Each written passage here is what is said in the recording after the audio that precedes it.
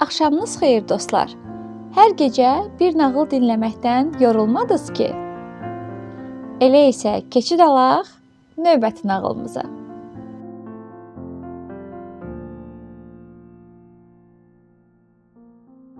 Bu axşam sizə Yaponların qızardılmış balıq qoxusu və gümüş pul cingiltisi adlı nağılını danışacağam. Yaponiyada divarları nazik, kiçik daxmalardan ibarət iki cərgə dükanların yerləşdiyi çox dar küçələrdən birində iki qonşu dükan vardı. Bunlardan birində bütün ömrünü yırtılmış ayaqqabıları təmir etməklə keçirən yoxsul bir pinəçi işləyirdi. Digər dükan isə küçədəki bütün sənətkarlara yemək satan, yaxşı pul qazanan, özünü çox sevən, xudpəsənd yeməkxana sahibinin idi. Pinəçi ailəsini zorla dolandırdığına görə günortalar evdən gətirdiyi çörəyi çayına batırıb qarnını doyurardı.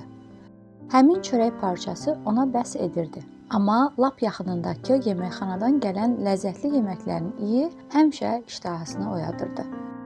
Bir gün artıq tab gətirməyib, günorta nahar vaxtı çatanda dükanın qarşısında oturub yeməkxanadan yayılan ləzzətli balıq qoxusunu içinə çəkə-çəkə çörəyini yedi. Bir tikə çörəkdən dişləyir, balıq qoxusunu dərindən içinə çəkirdi. Yəni o gün çörəyinə balıq qoxusu qataraq nahar etdi. Gözlərini yumanda ona elə gəlirdi ki, həqiqətən balıq yeyir. O gündən sonra hər gün nahar edəndə dükanın qabağında oturub çörəyini balıq qoxusu ilə yeməyə başladı. Bir gün, 2 gün belə keçdi. Nəhayət yeməkxananın xəsis sahibi vəziyyəti anladı. Dostum, belə olmaz. Mənim bişirdiyim yeməklərin dadına ancaq pulunu ödəyəndə baxa bilərsən.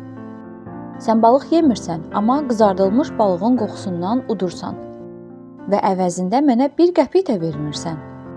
Belə sui-istifadə etmək olmaz. Bundan sonra əgər balıq qoxusu ilə çörək yemək istəsən, hər dəfə üçün 10 qəpik verəcəksən. Yoxsa səndən şikayət edəcəm. Pinəçinin heç səsi də çıxmadı. Ertəsi gün yenə dükanın qarşısında oturmuş, amma bu dəfə əlində tənəkədən qab vardı. Yeməyini yenə balıq qoxusunu içinə çəkərək yeyib bitirdi. Bayaqdan ona göz qoyan yeməkxana sahibi küçəyə çıxıb pinəçiyə hücum çəkdi. Ver pulumu, bişirdiyim balığın qoxusu ilə yemək yemisən.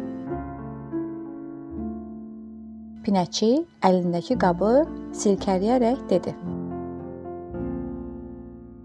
Budur, qızardılmış balıq iyinin pulunu ödəyirəm, dedi.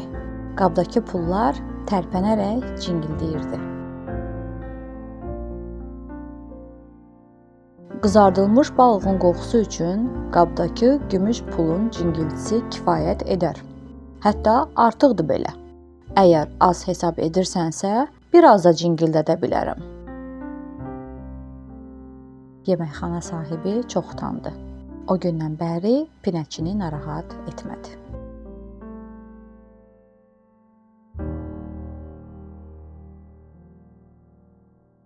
Bu axşamki nağılımızın da beləcə sonuna gəldik. Növbəti axşam yeni bir nağılla qarşınıza gələcəyik. Amma siz hansı nağılı dinləmək istəyirsinizsə, mütləq şərhlərdə bizimlə bölüşün.